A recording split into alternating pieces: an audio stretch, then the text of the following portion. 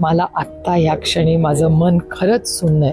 तरी राजीनामा दिला नाही दिला काय म्हणजे एक मिनिट त्या आई, त्या बायको, त्या मुलांचा, त्या भावांचा विचार करा. आपल्याला इतकं अस्वस्थ करतंय तर त्यांचं कुटुंब कशातून जात असेल. तुम्हाला खरं सांगू ते म्हणजे आम्ही सगळे आता जी परिस्थिती आज राज्यात आहे बघून मन सुन्न झालंय आमचं. म्हणजे मगाशी जे काही कार्यकर्ते भेटले ते ओक्साबोक्षी रडत होते. म्हणजे आम्हाला कोणालाच हे सहन होत नाहीये. आणि आज सकाळी माझी धनंजय देशमुखांनी काल रात्री म्हणजे तुमच्याशी बोलताना माझ्या अंगावर काटा येतोय आता. काल रात्री 2 वाजता मला धनंजय देशमुखांचा मेसेज आला की ताई मला सहन होत नाहीये. माझ्या फोनमध्ये तो मेसेज आहे आणि जो मी सकाळी उठल्यावर पाहिला. मी तातडीने त्यांची सकाळी फोनवर जेव्हा सकाळी 7 वाजता मी बोलले फोनवर एखादं लहान मूल रडेल असे ओक्साबोक्षी ते रडत होते. म्हणजे माझ्याकडे खरंच शब्द नाही. बीड बंद पाळलाय कडकडीत आणि हे फोटो व्हायरल झाल्यानंतर संताप व्यक्त होते. सरकारची संवेदनशीलता कुठे गेली असा प्रश्न सुद्धा आता निर्माण झाला. तुम्हाला खरं सांगू मला आत्ता या क्षणी माझं मन खरंच सुन्न आहे आणि मला खरंच विचार काय म्हणजे फोटो समोर आले ते तर काल समोर आले पण राज्याचे मुख्यमंत्री दोन्ही उपमुख्यमंत्र्यांना तर हे आधीच फोटो माहीत असावे कारण की तपास ज्या पद्धतीने सुरू होता सगळं ब्रीफिंग त्यांना होत होतं.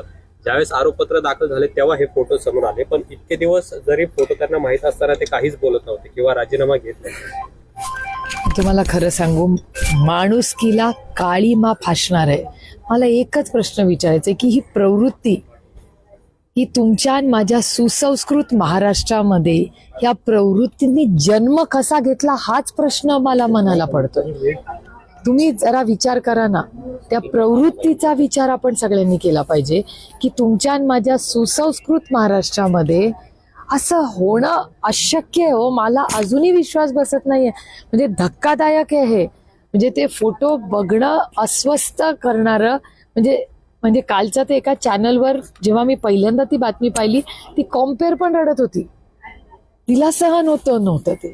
त्यामुळे भयानक आहे. क्रूर पद्धतीने गलिच्छ म्हणजे माझ्याकडे शब्दच नाही येतो तुमच्याशी बोलायला. खरंच आज म्हणजे मी माझ्या पांडुरंगाकडे वळते की बाबा हे काय बघतोय आम्ही आपल्या सुसंस्कृत महाराष्ट्रामध्ये. काल धनंजय मुंडेंनी मुख्यमंत्र्यांची भेट घेतली त्यावेळेस मुख्यमंत्र्यांनी तुम्ही राजीनामा द्या 24 तासाच्या आत असं म्हटल्याची माहिती समोर आलेली आहे. आता तरी त्यांनी राजीनामा द्यावा नैतिक. मी तुम्हाला सांगू ह्या विषयावर काय बोलणार आता फोटो आल्यावर. तरी राजीनामा दिला नाही दिला काय म्हणजे एक मिनिट त्या आई, त्या बायको, त्या मुलांचा, त्या भावांचा विचार करा. आपल्याला इतकं अस्वस्थ करतंय तर त्यांचं कुटुंब कशातून जात असेल.